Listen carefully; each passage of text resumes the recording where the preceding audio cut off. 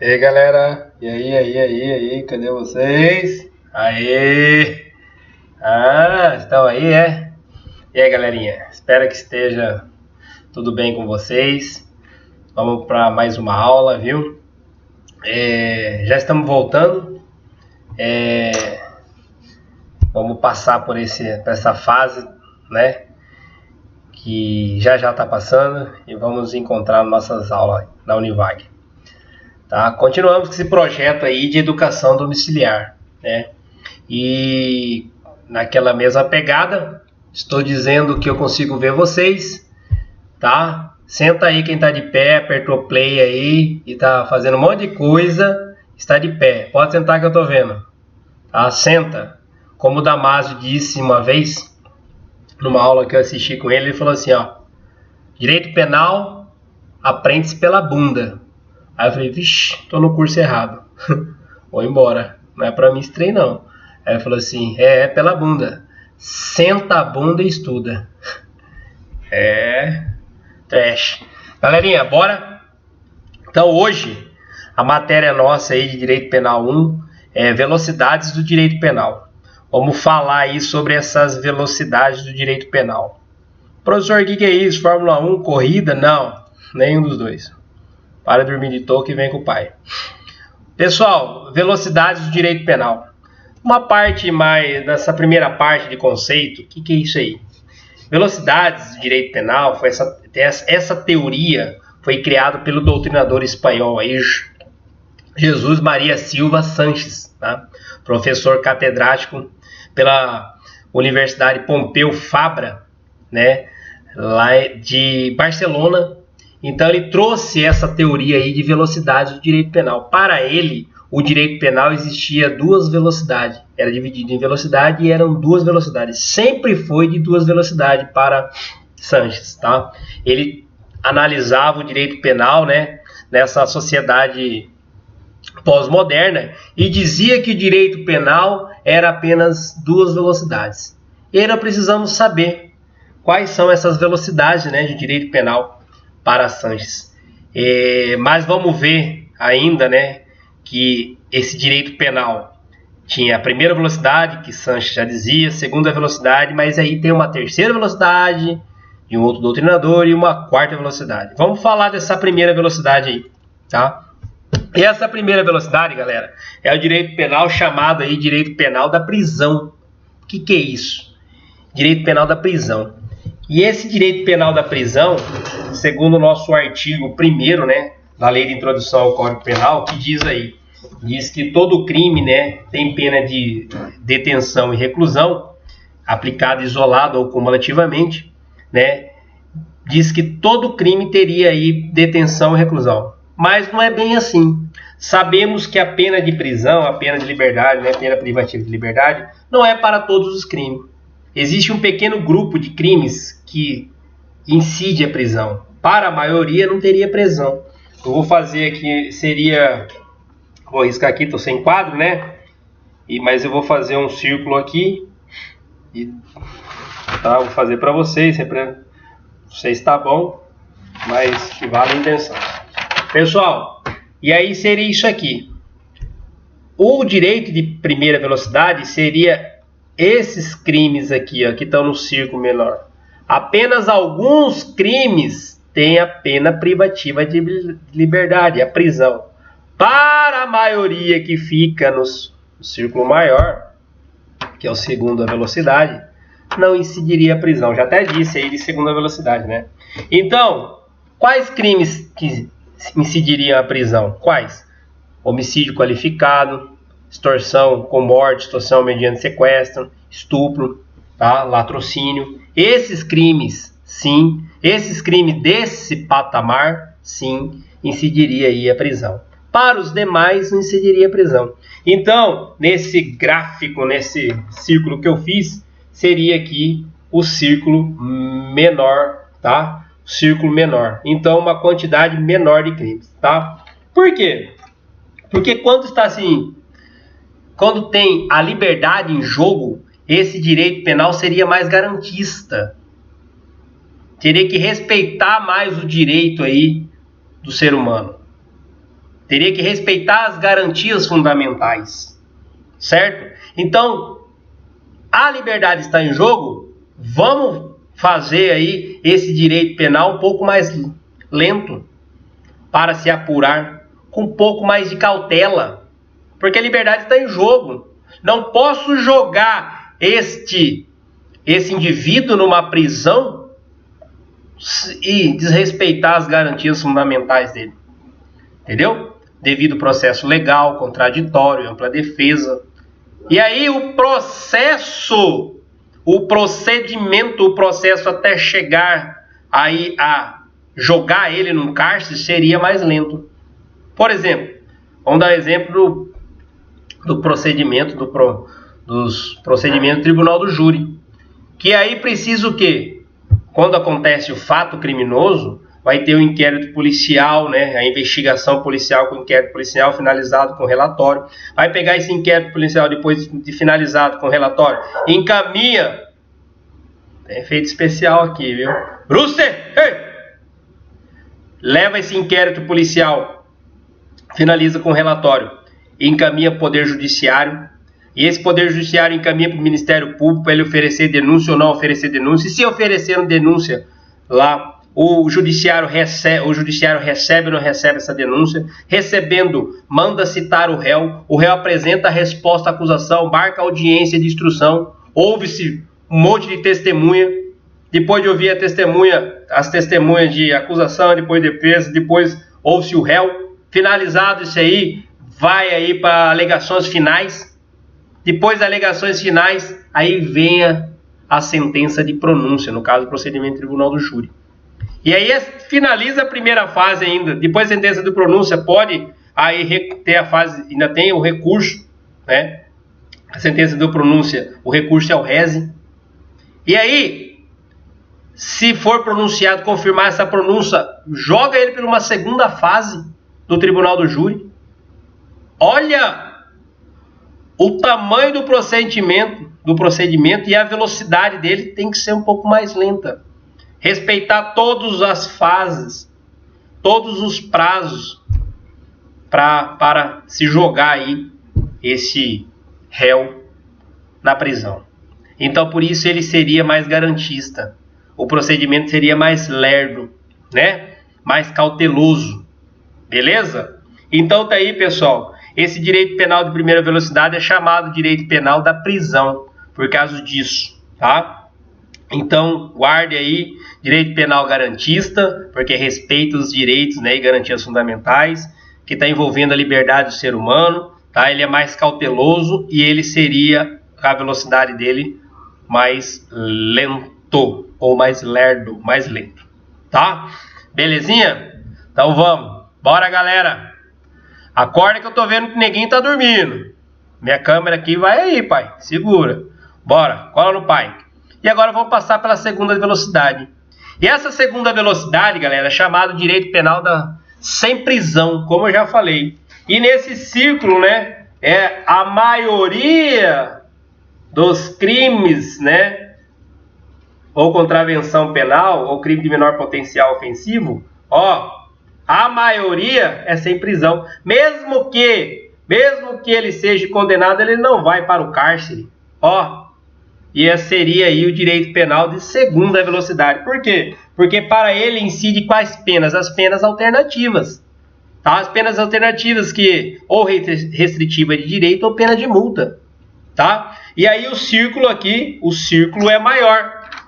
A maioria dos crimes está nesse grupo, né? Por quê? Porque não está em jogo a liberdade. Não está em jogo a liberdade. E nessa segunda velocidade, costuma o quê? Flexibilizar o direito, a garantia do ser humano. Flexibiliza. Presta atenção, volta aqui, cola no pai. Eu disse flexibiliza. Não suprime. Não tira a garantia. A garantia só flexibiliza. Tá? Vamos dar um exemplo disso aí? Olha lá, ó. Mesmo porque está previsto na Constituição Federal, aí, por exemplo, os juizados especiais, tá? Exemplo, 2 indivíduos saem na boate, troca soco, um de raspão no outro, do raspão do outro, acaba pum, lesão leve. E aí vão os dois conduzidos para a delegacia. Chega na delegacia, o delegado, e aí, pai, o que aconteceu com vocês dois? É, porque não sei o que, que eu só nem caixinha de fósforo. Ó, termo circunstanciado com os dois, TCO. E já lá no dia, lá mesmo, no dia que da delegacia, já marca a audiência preliminar para ele. Lá no juizado especial. Ó, vão os dois lá na data marcada. O autor do fato, que não é réu, o autor do fato com seu advogado, a vítima com seu advogado, e lá tá a conciliadora. E chega lá, a conciliadora faz, né? Conversa lá, não entra nem no mérito. Não entra nem no mérito. A conciliadora já propõe para o autor do fato a transação penal, que é a proposta do Ministério Público para ele. Se ele aceitar a proposta, aceitar a transação penal, que é essa proposta do Ministério Público, suspende o processo durante 2 anos. E se ele nada fizer, xinga o processo. Ó. E aí, ele aceita a transação penal, o juiz homologa. E aí, ó, xingueu. Você tá vendo que para essa segunda velocidade é mais célere, mais rápido? E aí flexibilizou essas garantias? Você viu? Foi rapidão. Rápido. E flexibilizou. Não foi preciso aí teve um devido processo legal, mas pouco. Não foi devido processo legal, contraditório, ampla defesa. Flexibilizou. Tá? Tá aí a lei 9.099 do Checrim, né? Belezinha? Então, seria aí o direito penal da segunda velocidade, chamado direito penal sem prisão. Sem prisão. Guardou, pai? Bora, segue o barco. Segue o baile. Então, para Sanches, o direito penal ficava aqui, ó, na primeira e na segunda velocidade. Para ele era esses dois. Mas aí, papito, mas aí, pai. Ô, produção! E aí, produção? Tem água aí, produção? Aula gravada tem produção, pai. Tem água, produção? Deu sede, produção. E aí, ó, a terceira velocidade é o direito penal do inimigo. Se não é a matéria mais falada nos últimos anos do direito penal, eu troco de nome. Então, o direito penal do inimigo, tá? E esse direito penal do inimigo, nós temos que falar primeiro. Aí, ó, oi, produção. Produção trouxe água. Tem água, pai. Produção.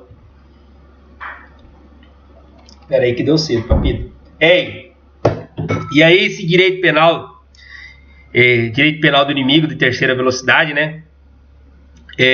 Tem uma origem histórica. Precisamos saber quando esse direito penal do inimigo aí surgiu. Precisamos saber quando, tá? E ele surgiu lá na Alemanha, tá? A Alemanha era dividida em duas Alemanhas. Existia a Alemanha ocidental, rica, capitalista, democrática, e tinha a Alemanha oriental, pobre, comunista. E ela era repartida, essa Alemanha, ó, no meio, para cá a ocidental e para lá a oriental. Até o time de futebol era dividido. Ó, e tinha o muro de Berlim no meio dessas duas Alemanhas. Beleza? E aí, lá na Alemanha ocidental existia aí, tem, né? Um alemão doutrinador aí, o Jacobs Gunther Jacobs, lá do funcionalismo radical, nossa aula que nós falamos de funcionalismo. E ele é o pai do funcionalismo radical. Quando ele falou do funcionalismo, quando ele fundou, aí ele tornou-se também funcionalismo radical, sistêmico, né, e monista. Mas ele é o pai do finalismo radical, sistêmico e monista. E Jacobs, ele traz aí nessa sensação de medo do Oriente ir para o Ocidente, lá os alemães do Oriente ir para o Ocidente, vai falar assim, esse povo lá do Oriente vai estuprar nossas mulheres aqui da Alemanha Ocidental, vai roubar, vai vir, vai tacar o terror. Ele estava nessa sensação de medo e ele vai e escreve e lança aí o direito penal do inimigo neste contexto de medo. Jacobs, lá em 1980. Mas o mundo se tornando democrático, essa teoria não emplaca. E lá em 1990 ele tenta mais uma vez, pulveriza aí, ó, nas suas andanças pelo mundo, nas suas palestras, mas esse direito penal do inimigo também, lá em 1990, nada, não pegou, que era um direito autoritário, encontrando aí essa democracia, não colou. Jacobs, então. Mas aí, professor, nós estamos em 2020, sim, e nós estamos já falando desse direito penal do inimigo. Mas aí ele, lá em 2001, 11 de setembro de 2001, no contexto de medo daqueles ataques terroristas de 11 de setembro nos Estados Unidos, foi aviões para tudo que é lado, derrubando prédio, World Trade Center, foi no Pentágono, e teve fato também na Espanha, teve fato no Japão, foi para tudo que é lado, terrorista começou a atacar. E nesse contexto de medo novamente, Jacobs, o que aconteceu? E o direito penal está acontecendo, acuado, terrorista para tudo que é lado, o mundo com medo. E aí? E aí? Todo mundo, e aí o direito penal não vai fazer nada? E aí o que nós vamos fazer quando esses terroristas não tem nada, o direito penal não faz nada? Aí Jacobs falou, você quer um remédio para esses terroristas? Querem? Eu tenho. Aqui, ó. Direito penal do inimigo. Em 2003, Jacobs escreve o livro Direito Penal do Inimigo. E aí, nessa premissa, ele funda lá o funcionalismo sistêmico radical e monista, que nós vimos lá no funcionalismo. Jacobs funda nesse contexto. E em 2003, ele emplaca aí o direito penal do inimigo com esses ataques aí terroristas. Bruce! Hey! Atrapalhar a gravação aí. Emplaca aí em 2003. Ô produção, toma conta de Bruce. E aí emplaca em 2003 o direito penal do inimigo. Ok? Conhecido também aí, coloca aí, pessoal. Direito penal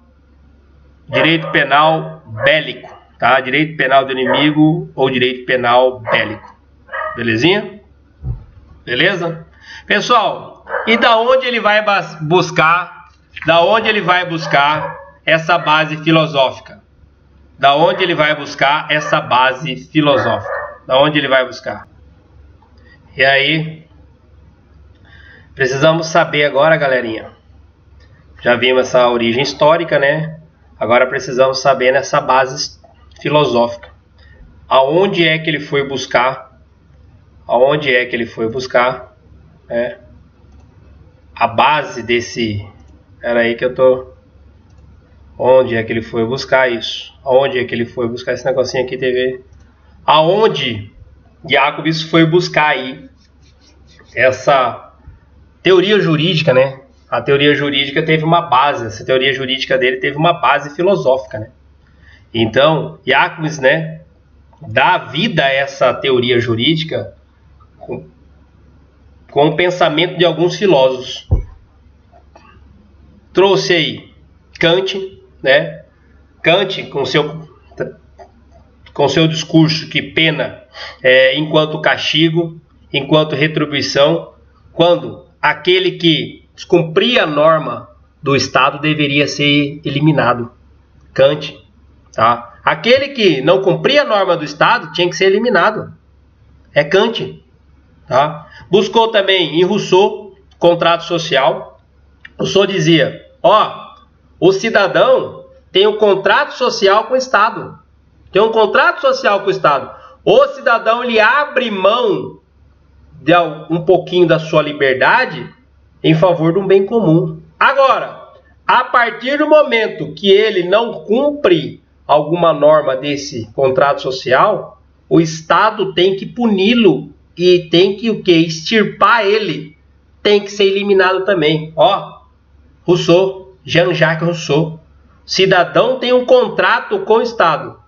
E a partir do momento que ele não cumpre, o cidadão não cumpre esse contrato, merece ser eliminado. Jean-Jacques Rousseau. Olha onde ele foi buscar aí, tá? Buscou também lá em Hobbes, lá no O Leviatã. Quem é o Leviatã? Leviatã é aquele cara, aquele sempre foi atacado, né? Que sempre foi aí destruído, sempre foi odiado, mas no final ele sempre vence. Sempre aqui, ó, é uma parte bem romântica, sempre aqui do que ele foi buscar, sempre aqui o bem vence o mal. Sempre o Estado vai vencer o mal. Sempre o Estado vai vencer o mal. Aí, lá em Thomas Hobbes também, tá aí a base filosófica, né, que Jacobs foi buscar. Manuel Kant, Jean-Jacques Rousseau e Thomas Hobbes. Beleza? Então tá aí, da onde ele pegou essa parte da filosofia aí, de alguns filósofos, para fundamentar aí, tá, o direito penal do inimigo. Mas aí também precisamos agora saber quem é esse inimigo. Quem seria esse inimigo nessa teoria aí? Quem seria o inimigo no direito penal do inimigo? Quem? Quem é o inimigo, professor? E é o seguinte, para ele fundou duas figuras. Ele trouxe o cidadão e o inimigo. Ele dizia, todo mundo, quando nasce, recebe o status de cidadão. Mas alguma parcela no meio desse caminho torna-se inimigo. Todo mundo recebe o status de cidadão. Mas no caminhar aí da vida, alguns vão enveredar aí o caminho da criminalidade e se torna inimigo. Tá, mas todo inimigo é qualquer um que cometeu o crime, para lá, nessa teoria ou não. E aí o seguinte, para ele então, o inimigo é antítese, é o contrário do cidadão. Tá? Então, vamos lá. Todo criminoso é inimigo? Quem seria o inimigo para Jacobs? Ele traz, vamos lá, em primeiro lugar, vamos lá. Se ele comete um crime grave, no caso, latrocínio. Se ele comete um latrocínio, lembrando que latrocínio é crime patrimonial, né? Que não vai a júri, porque aqui o bem jurídico tutelado é o patrimônio. Lembra? Então, se ele comete um latrocínio, crime grave, para essa teoria, ele é um inimigo? Negativo. Não é inimigo.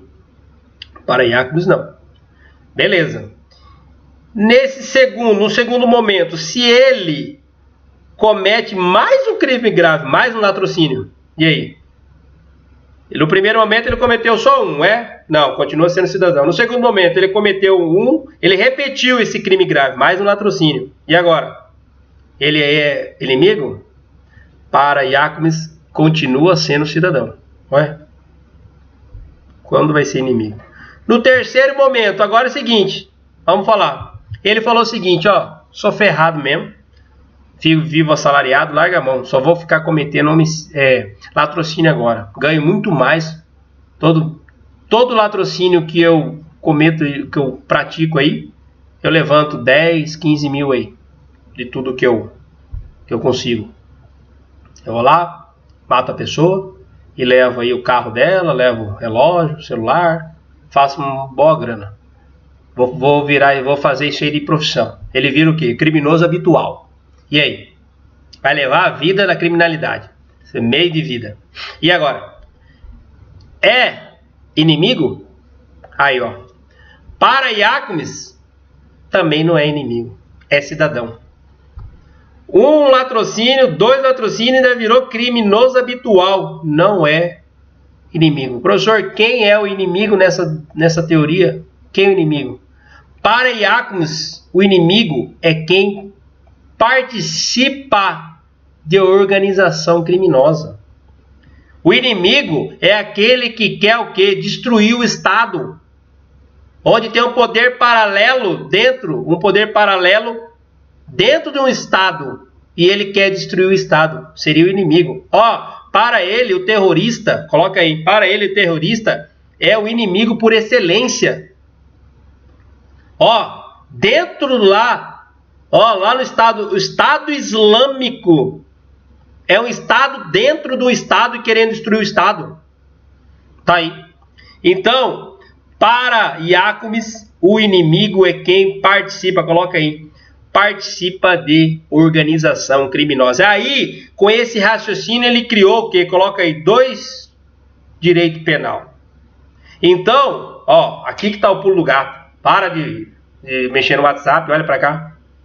E aí o pulo do gato que dentro desse direito penal do inimigo, ele cria 2 direitos penal. Um direito penal aplicado para o cidadão e outro direito penal aplicado para o inimigo. Ó, cria 2 direitos penal. Um direito penal aplicado para o cidadão, que nós vamos ver agora qual que é esse direito penal, e um direito penal aplicado para o inimigo. Tá aí o pulo do gato. Tá? Vamos lá. E aí, qual é o direito penal que é aplicado para o cidadão? E esse direito penal, coloca aí. Esse direito penal aplicado para o cidadão seria um direito penal mais garantista. Seria um direito penal que respeita as garantias fundamentais. Seria um direito penal que vai respeitar aí devido processo legal, ampla defesa, contraditório. Garantista para esse cidadão. Seria, coloca aí, é um direito penal aí retrospectivo. Retrospectivo. É um direito penal que vai basear na culpabilidade. É um direito penal que é um direito penal do fato. Ele vai analisar o fato praticado, tá? Fato praticado, e aí, por quê? Porque ele volta para aplicar no fato praticado criminoso e vai analisar a culpabilidade dele para ver se ele é culpado ou não. Por exemplo, quando você entra num tribunal do júri, senta lá para assistir, tá lá eles discutindo lá, debatendo, falando assim, ó, estão debatendo um fato lá atrás praticado. Na data tal, fulano de tal ceifou a vida na esquina, não sei o que, você pode ver. Eles estão debatendo um fato praticado. E esse direito penal, ele vai lá, direito lá, analisar o fato criminoso praticado, e aí para analisar a culpabilidade do criminoso, tá? Então coloca aí, ele olha para o passado. O agente, coloca aí, o agente é punido por aquilo que ele fez ou deixou de fazer. Direito penal do fato. É punido o fato praticado, tá? Direito penal aí do cidadão. E ele cria um outro direito penal, né? Que é o direito penal do inimigo. E esse aí? Qual é as características desse direito penal do inimigo? Coloca aí. Esse direito penal do inimigo, ele é autoritário / totalitário. Por quê?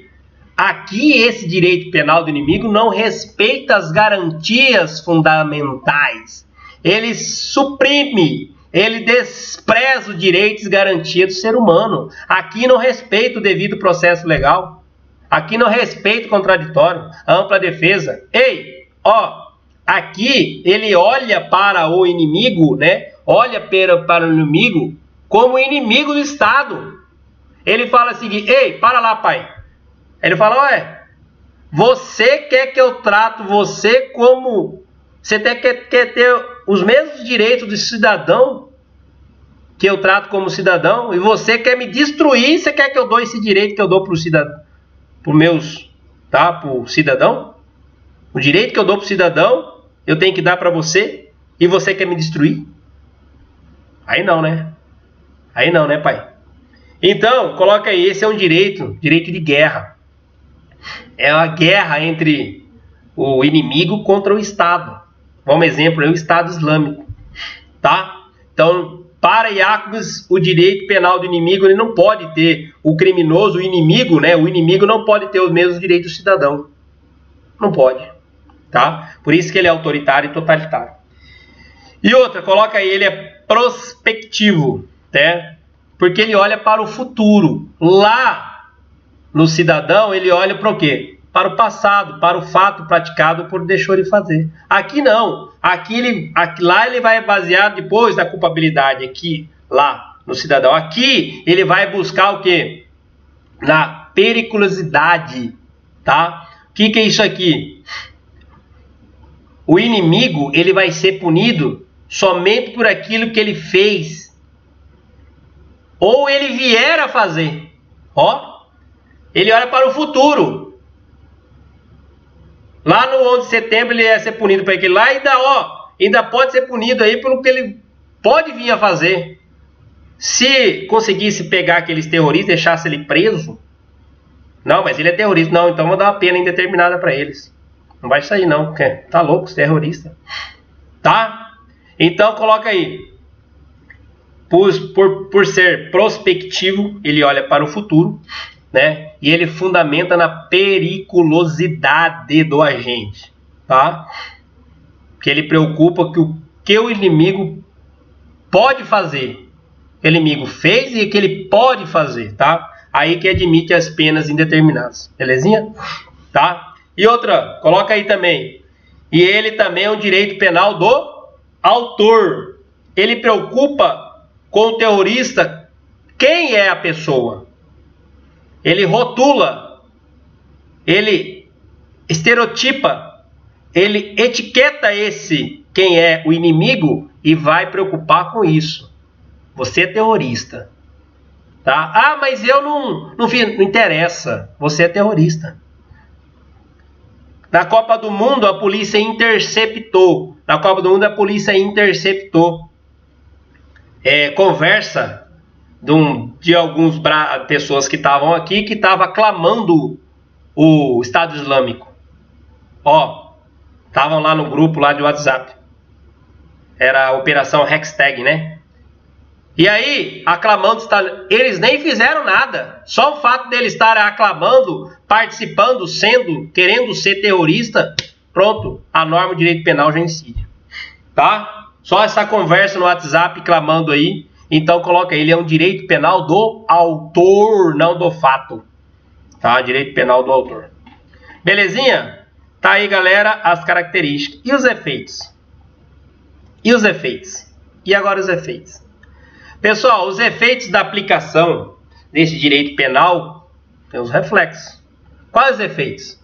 E aí são 3, né? Antecipação da punibilidade, meios de prova, né?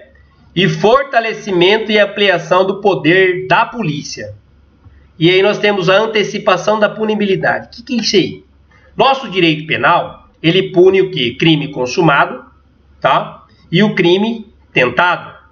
O consumado, ele executa e finalizou, tá? E tem um resultado. O crime consumado, ele pratica a execução e tem um resultado. Nosso direito penal incide. O tentado, ele começa a executar e não termina, não tem o resultado por forças alheias à sua vontade ou se ele também não quis. Né? Então ele tentou. Tentativa. Então o nosso direito penal pune esses dois. Mas nosso direito penal não pune os atos preparatórios. Não pune os atos preparatórios. Tá? E aí o que acontece? Para o direito penal do inimigo, esses atos preparatórios eles são punidos como fosse consumado. Para o direito penal do inimigo, ele pune, ele antecipa essa punibilidade para punir o que? Os atos preparatórios. Coloca aí. Com a mesma pena do crime consumado. Ok? Vamos dar um exemplo aí. Por exemplo, lá no 11 de setembro, no dia 10/9, um dia antes, a polícia interceptou, ficou sabendo que tinha essa galera, os árabes lá, esses muçulmanos que estavam chegando, esses terroristas que estavam chegando nos Estados Unidos. Mas eles não conseguiram identificar o que eles fazer. Esse maluco quer pegar avião. Se eles conseguem interceptar e saber, podiam punir eles só pelos atos preparatórios, com a mesma pena do consumado. É isso aí. Beleza? Tá? Temos aqui no Brasil, pessoal, a lei do terrorismo, que no artigo 5º aí, né? Que ele admite a punição dos atos preparatórios. Nosso Brasil seria um resquício aí, depois nós vamos falar um pouquinho, seria um resquício aí do direito penal do inimigo, tá? Aí na lei do terrorismo, tá? E o meio de prova, galera? E o meio de prova? Nosso sistema aqui, direito penal, qual que é o nosso sistema? O sistema do livre convencimento motivado. Aqui nós temos, não tem uma prova que vale mais, a outra que vale menos. Aqui o juiz, ele pega todas as provas, tá? E ele apega uma e fundamenta a decisão dele, tá? Não tem uma prova que vale mais, prova que vale menos, tá? É o livre convencimento dele, tá? A prova que ele achar, ele só tem que decidir fundamentadamente. E aí? E para o direito penal do inimigo? Direito penal do inimigo, o que ele traz aí para nós? Ele traz o seguinte, ó, vamos dar um exemplo aqui. A polícia aconteceu o quê? Ficou sabendo aí que ia haver umas explosões no shopping, tá? Ficou sabendo das explosões no shopping e fez a interceptação e achou e conseguiu identificar aí a pessoa que estava mandando fazer essa execução do shopping. E aí? Pegou e o shopping, 1.000 pessoas estava lá dentro. Já pensou? 1.000 pessoas. E aí pegou e interceptou. E aí conseguiu prender ele. E aí? E aí chegou, se fosse o nosso direito penal, ó como que seria. Prendeu ele, levou. E aí? Tudo bem? Ó, o senhor tem o direito de ficar calado, viu? Pode constituir um advogado, tá? O senhor quer falar quem que é que vai cometer esse fato? Não, quero ficar em silêncio. E a bomba? Tá para explodir. E você lá respeitando todas as garantias dessa pessoa presa. E a bomba tá para explodir. Bum! Explodiu. 1.000 pessoas mortas. E você ficou com esse cara respeitando as garantias dele. 1.000. 1.000 pessoas e um direito de uma pessoa apenas aqui. Entendeu? E aí Jacobs, ele vem buscar no princípio da proporcionalidade. Ele coloca, eu prefiro salvar 1.000 pessoas do que um direito aqui, ó, de uma garantia aqui dessa pessoa. Então ele admite para essa teoria, ele admite a tortura. Ele admite a confissão. Você conseguir a prova ou até conseguir não que o fato não ocorra através de uma tortura, do qual o nosso direito penal ele veda, no artigo 5º. Ele veda a tortura. Ó, e tem um exemplo prático. Um exemplo. Ó o exemplo. Tinha uma família que era uma família rica, tinha um motorista. E aí, lá pelas tantas, esse motorista deu na cabeça dele, ele ficou analisando a hora que a mulher ia com a criança para o médico, né, lá para o pediatra, e aí nesse meio do caminho ele desviou e sequestrou a mulher e a criança.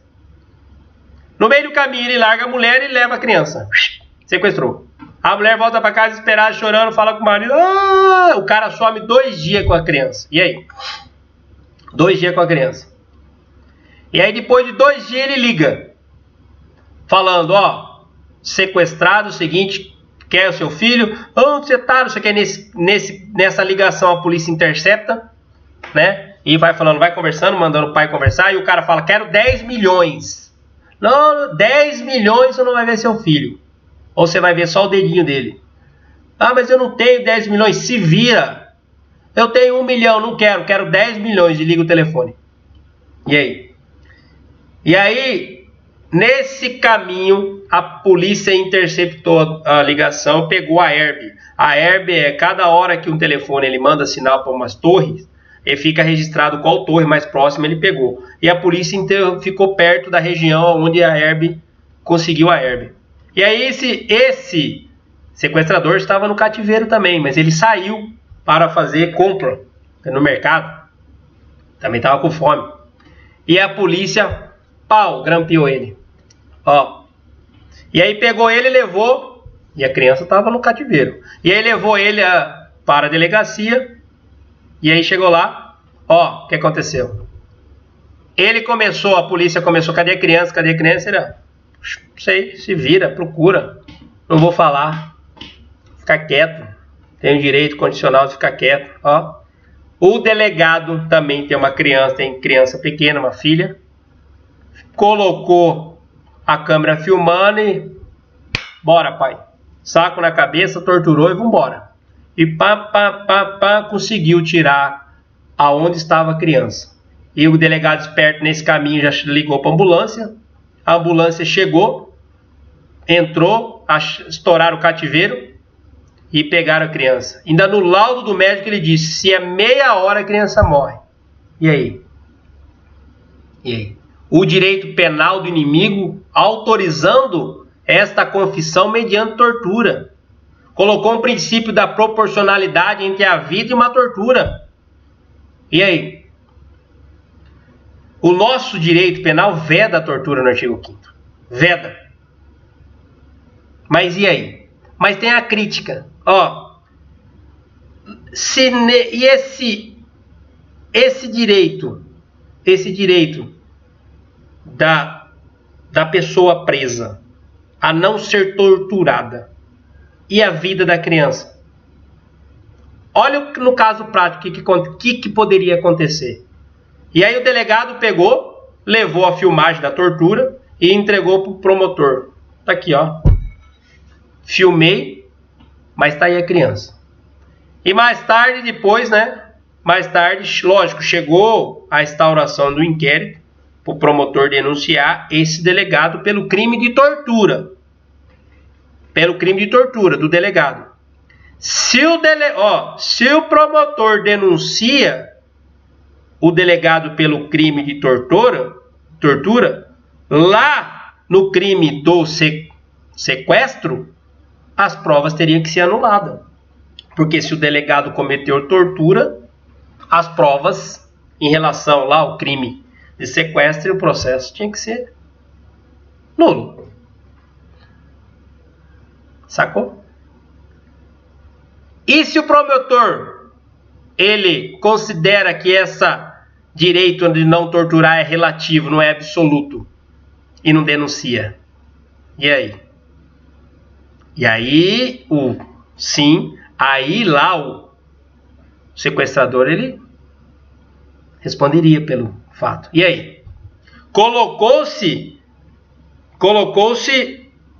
a proporcionalidade. E aí mais um pouquinho. Se nem o direito à vida ele é um direito absoluto. Por quê? Eu posso matar alguém em legítima defesa. Se eu posso matar alguém em legítima defesa, quer dizer que o direito à vida não é absoluto. Olha lá. E aí, Jacobs, nesse princípio da proporcionalidade, ele começou aí dizer aí que a confissão mediante tortura, lógico, pelo direito penal do inimigo, poderia. Sacou a ideia? Tá vendo? E o outro efeito? Coloca aí, fortalecimento e ampliação do poder da polícia. Presta atenção. Para a polícia hoje, para o nosso direito, para a polícia agir, ela precisa, para a polícia agir, ela precisa aí de autorização judicial. Tudo que ela for fazer, autorização judicial. O judiciário, ele faz um controle prévio da polícia, porque a polícia pega lá, vai fazer um pedido, ele já analisa ali se é legal ou se é ilegal o que a polícia está querendo. É um controle prévio. Olha nesse exemplo. A polícia faz a interceptação, fica sabendo aí, e ele quer fazer uma interceptação telefônica, ele ficou sabendo que um terrorista vai cometer aí um assalto a banco, né? E vai colocar um carro bomba lá na frente, vai explodir o banco e vão entrar para dentro e levar tudo. Ficou sabendo. E aí, para validar a prova, ele precisa de uma interceptação telefônica para ele saber mais coisas. E aí ele ficou sabendo, ele sai correndo, vai lá no fórum.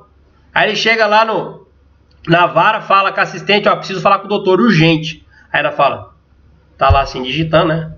Olha assim. Falar com quem? Com o doutor. O doutor deu uma saidinha, foi lanchar. Mas é urgente. Foi lanchar, aguarda um pouquinho. E aí? Aí ele fica lá esperando, ó. Aí o doutor chega lá, salgadinho, comendo. Ô, doutor, tudo bem? Doutor, eu preciso que o senhor autorize uma interceptação telefônica aí. Assim, assado, barará, barulho, historinha, caixinha de fósforo, contou pra ele a história, o doutor falou, realmente, é sério. Rapaz, caso sério. Sou doutor, só o seguinte, na lei de interceptação telefônica, essa fala sua precisa ser reduzida a termo. Senta aí, reduz a termo pra mim decidir. Aí ele senta, ó, a termo, aí o juiz pega, recebe, aí ele fala assim, ó, precisa do parecer ministerial. Encaminha pro MP. Aí manda pro MP. Aí o delegado sai correndo atrás do Ministério Público pra ele dar o parecer. Precisa o Ministério Público manifestar. Aí chega no Ministério Público, cadê o doutor? O doutor tá jogando tênis. É a hora dele jogar tênis. Foi lá no clube correndo, doutor! Doutor, doutor, tudo bem? Espera um pouquinho, tô terminando o set aqui. Metendo Google. Pra lá, pra cá. Terminou suado, né? Fala, doutor. Doutor, tem um pedido de interceptação telefônica aqui. O senhor tem que dar um parecer favorável, pelo amor de Deus. Assim, vai explodir um shopping lá. E aí? E o shopping? Papito, shopping já foi faz hora nesse direito penal aí. Shopping já pulou faz hora. 1000 pessoas já explodiu. Está vendo a demora? O que Iacobus quer?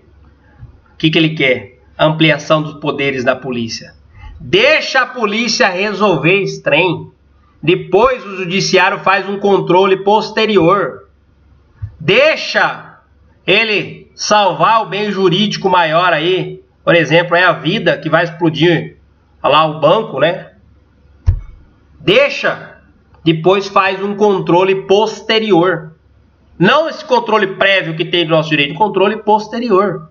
Tá aí o direito penal do inimigo, tá?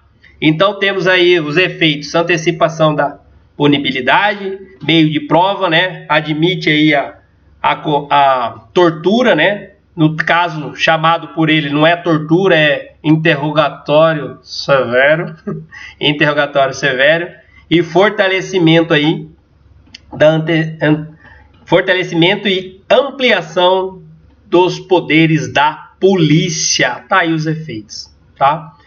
Pessoal, e ele é um direito penal de terceira velocidade. Por que direito penal de terceira velocidade? Aí ele traz o seguinte, que ele é um direito penal de terceira porque ele aplica a pena de prisão, tendo até possível essas penas de prisão, de penas indeterminadas, né, de tempo indeterminado.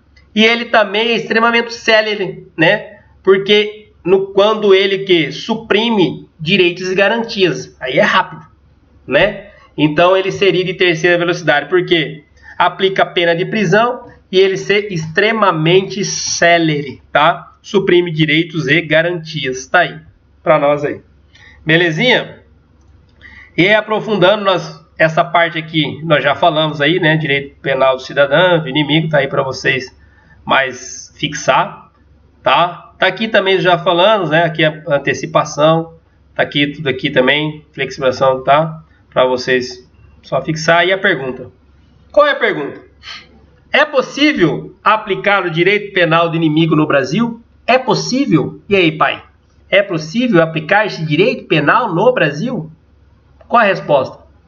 Aí você coloca da forma que Iacobus quer?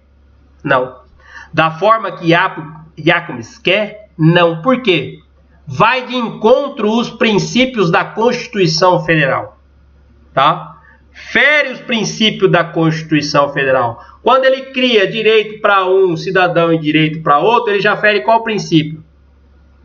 Princípio, coloca aí, da isonomia. Fere o princípio da isonomia. Tá? Porque divide aí dois grupos de pessoas. Já fere o princípio da isonomia. Fere também, proíbe, o artigo 5º proíbe a tortura, penas cruéis, né? Prisão perpétua, tratamento desumano. Exige também, nosso direito exige aí a ampla defesa, contraditório, devido processo legal. Então vai de encontro a todos os princípios que estão na Constituição Federal, tá? Então, coloque aí, choca diretamente com os princípios da Constituição Federal. Beleza? Aí é o seguinte, tem alguns doutrinadores aí que começou a ventilar aí que o RDD, Regime Disciplinar Diferenciado, seria inconstitucional, porque era o resquício do direito penal do inimigo. O que é isso, RDD? RDD nada mais é que dentro do presídio, existe um regime lá dentro, uma célula, né, que esses criminosos mais perigosos, se incidir em crime, né, e depois falta grave, vai para dentro desse RDD, tá? Aí seria mais uma prisão dentro da prisão que estavam dizendo, se seria constitucional ou não, se seria aí resquício do direito penal do inimigo, certo? E aí, para quem não sabe, coloca aí, o RDD foi criado através de uma resolução lá em São Paulo, da SAP.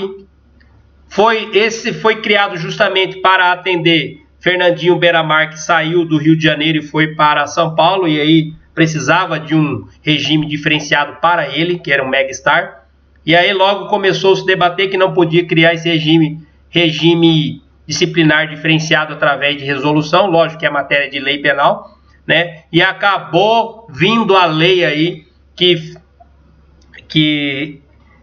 acabou criando o RDD, coloca a lei 10.792 de 2003, que modificou lá o artigo 52 da LEP, tá?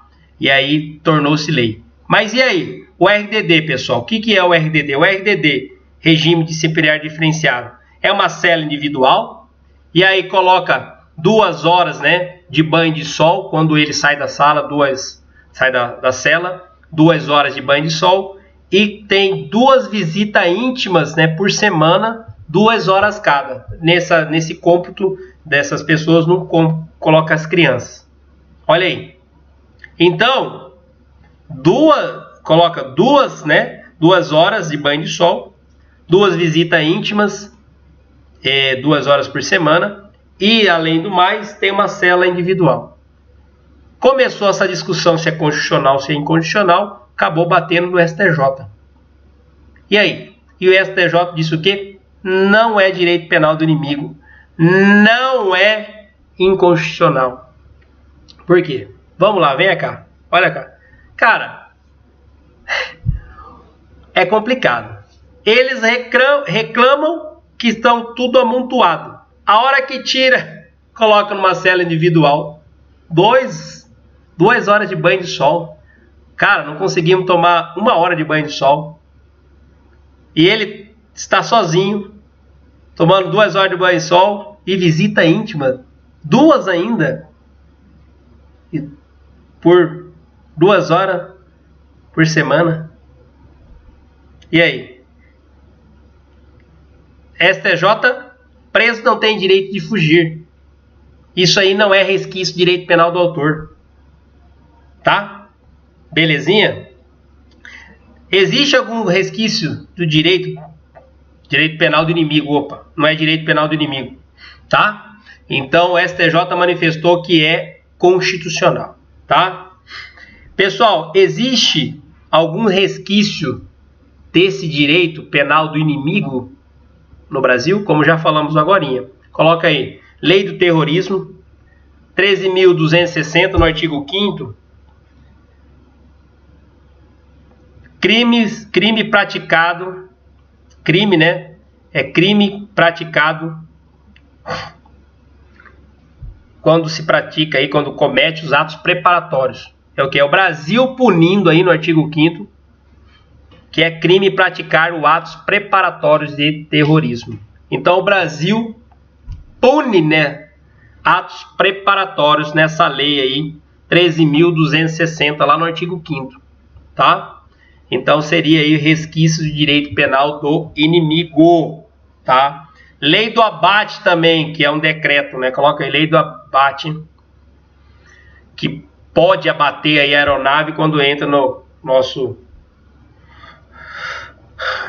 espaço aéreo, tá? Cuidado que tem que ver no caso concreto, né? Por exemplo, invadiu o espaço aéreo, tá lá no alto mar, dentro da Amazônia, pô, acompanha, né?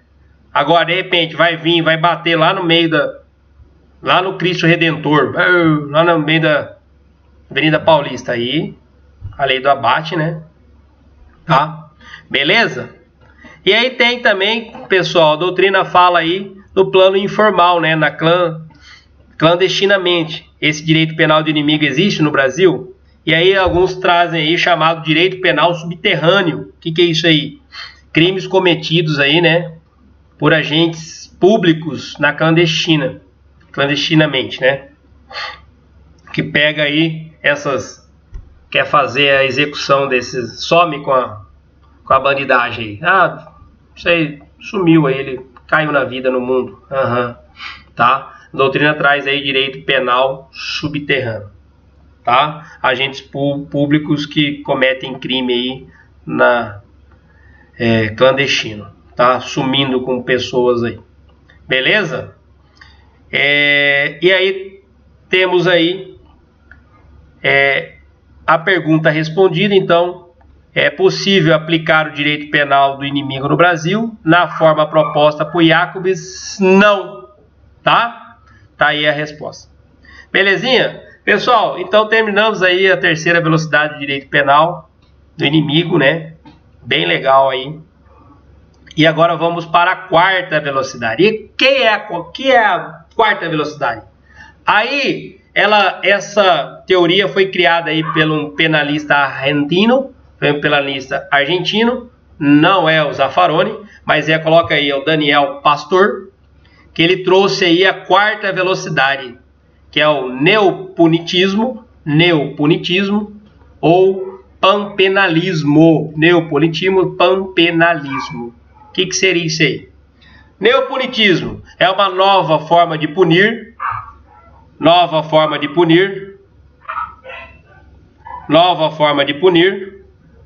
tá? Panpenalismo é o direito penal absoluto e totalitário. Pessoal, a doutrina diz que esse quarta velocidade do direito penal, ele é mais, coloca aí, ele é mais arbitrário que o direito penal do inimigo. Por quê?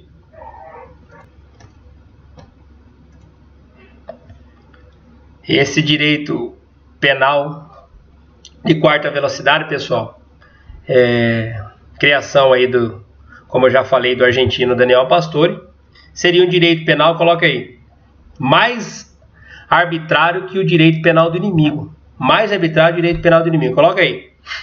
É um direito penal aplicado aí, coloca aí. Aplicado para o chefe de Estado que pratica crimes de guerra. Vamos dar um exemplo pragmático aí. Foi no caso do Saddam Hussein. Tá? Caso do Saddam Hussein. Estados Unidos foi lá, cumpriu o papel dele que ele queria fazer. Tá? Elegeu os crimes que o Saddam cometeu. Julgou ele lá. Fizeram lá um tribunal ad hoc para ele e executou e pronto. Seria aí o direito penal de quarta velocidade, tá? E para aí a crítica em relação a esse quarta velocidade aí que viola princípio da reserva legal, tá? E também princípio da anterioridade, né? Viola também princípio do juiz natural, tá? E também aí criação de tribunal de exceção, os tribunais ad hoc, tá? Beleza? Seria um direito penal aí mais arbitrário que o direito penal do inimigo, tá? Esse quarta velocidade também ofende o sistema acusatório, tá? E aí, sistema acusatório que tem, né, que no nosso ordenamento é bem dividido. Quem tem a função de acusar, de defender e julgar. A acusar nós temos o Ministério Público, Defensoria e advogados particulares, e julgar o juiz, tá? Lá, para esse direito penal da quarta velocidade, também ofende o sistema acusatório, tá? Belezinha? E aí alguns doutrinadores aí fala também na quinta velocidade, né? que seria aí aquele que presença maciça da força policial nas cidades. Aí também já um pouco viagem, né? Quinta velocidade. Pessoal, terminamos aí sobre a velocidade, as velocidades do direito penal, né? Primeira velocidade, segunda velocidade, terceira e quarta velocidade, tá? Finalizamos nossa aula. Vou encaminhar esse material, essa aula para o AVA, por favor. Galerinha, assistam, tá? Espero que tenham gostado. Qualquer coisa, me liguem. Entrem via Fumaça, WhatsApp, Instagram. Dá um jeito de, se houver dúvida, falar comigo, tá? E vamos continuar com esse ensinamento aí domiciliar, né? Vamos continuar. Em breve já estaremos de volta aí, mas tudo isso aí a instituição está fazendo para você não perder as aulas, não perder aí o conteúdo, tá? Já estamos de volta, beleza? Saudade de vocês e das nossas aulas. Abraço!